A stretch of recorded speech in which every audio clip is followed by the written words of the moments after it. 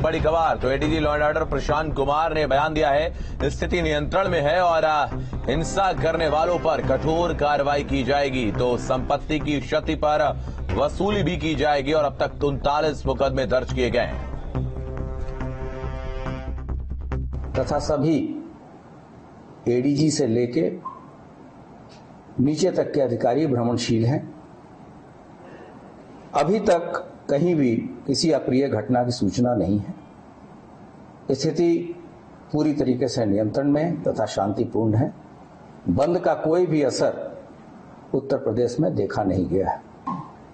39 मुकदमे कायम हुए हैं तथा 475 लोगों की गिरफ्तारी हुई है, जिसमें से 330 लोग ऐसे हैं जिनको सब्सटेंटिव और गंभीर धाराओं में गिरफ्तारी की गई है।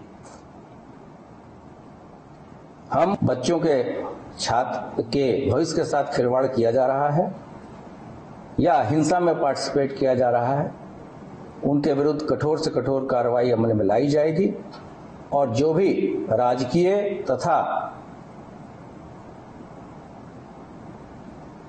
प्राइवेट संपत्ति को क्षति पहुंच रही है, उसके वसूली की भी कार्रवाई की जाएगी। अग्निपथ योजना को लेकर सीएम धामी ने पूर्व सैनिकों के साथ विचार विमर्श किया। सीएम आवास पर हुए इस कार्यक्रम में पूर्व सैनिकों ने शिरकत की और इस दौरान सीएम धामी ने केंद्र सरकार की अग्निपथ योजना का समर्थन किया और कहा कि प्रदेश सरकार केंद्र सरकार के साथ मजबूती के साथ खड़ी है। वहीं उन्होंने इस योजना को राष्ट्रहित में बताया।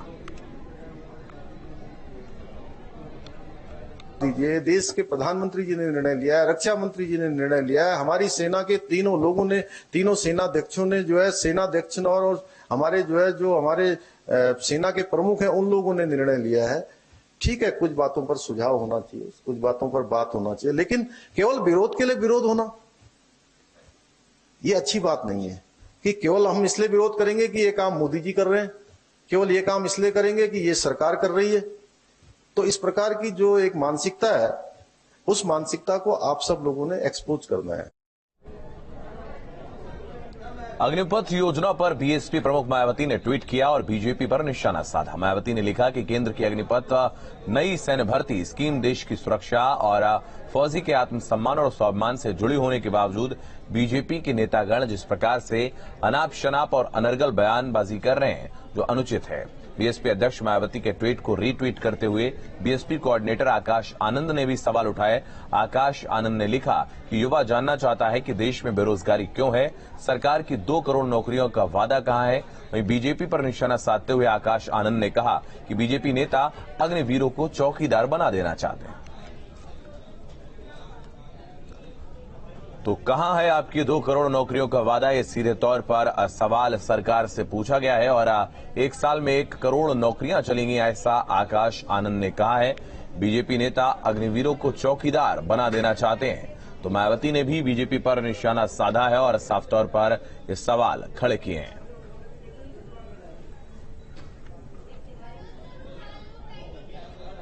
उत्तराखंड के पूर्व मुख्यमंत्री हरीश रावत ने अग्निपथ योजना को लेकर सरकार पर निशाना साधा और साथ ही हरीश रावत ने सरकार से इस योजना को वापस लेने की मांग की है।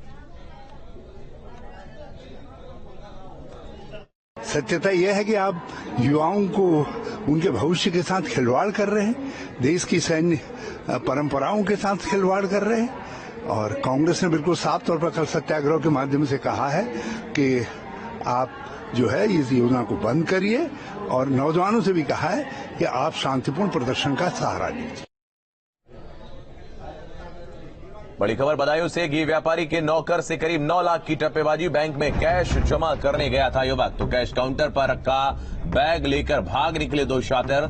सदर कोतवाली के एसबीआई ब्रांच का यह मामला। इस वक्त की बड़ी खबर आपको बता दें, बड़ी खबर सामने आ रही है बदायूं से, जहां पर घी व्यापारी के नौकर से करीब 9 लाख की टप्पेबाजी हुई है और बैंक में कैश जमा करने गया था युवक, तो कैश काउंटर पर रखा बैग लेकर 2 शातिर भाग निकले। सदर कोतवाली के एसबीआई ब्रांच का यह पूरा मामला है।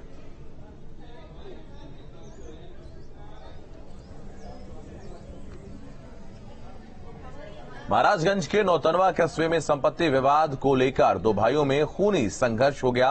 बड़े भाई ने छोटे भाई को गोली मारकर गंभीर रूप से घायल कर दिया। मौके पर पहुंची पुलिस ने आरोपी युवक को गिरफ्तार कर लिया और पुलिस ने उसके कब्जे से पिस्टल, कारतूस और मैगजीन बरामद की। तो घायल युवक को गंभीर हालत में मेडिकल कॉलेज गोरखपुर भेजा गया। पुलिस मामले की जांच में जुटी है।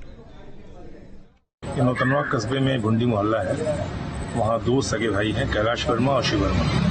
इन लोगों में आपस में संपत्ति का विवाद था। उसी विवाद को लेकर के शिव वर्मा ने अपने सगे भाई कैलाश वर्मा को गोली मार दी। गोली उनको दाहिने कंधे के नीचे लगी है। इनको बेटर ट्रीटमेंट के लिए गोरखपुर भिजवा दिया गया है और शिव वर्मा जिसने गोली मारी है उसे तुरंत अरेस्ट कर लिया गया है।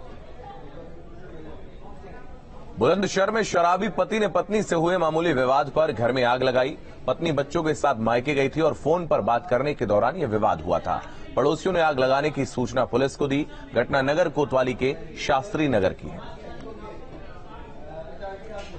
तो बच्चों के साथ पत्नी मायके गई थी और बात करने के दौरान यह विवाद हुआ था। तो पड़ोसियों ने पुलिस को इसकी सूचना दी है।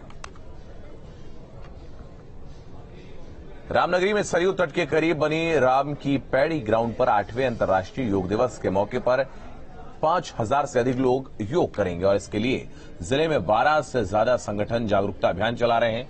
कल के कार्यक्रम में पहले जगह योग कार्यशाला चलाई जाएगी। कार्यक्रम में महिलाएं भी ज्यादा से ज्यादा भागीदारी करने के लिए तैयार हैं और योग कार्यक्रम में डिप्टी सीएम केशव प्रसाद मौर्य और भूपेंद्र यादव भी मौजूद रहेंगे, जिसकी तैयारियां जोरों पर हैं।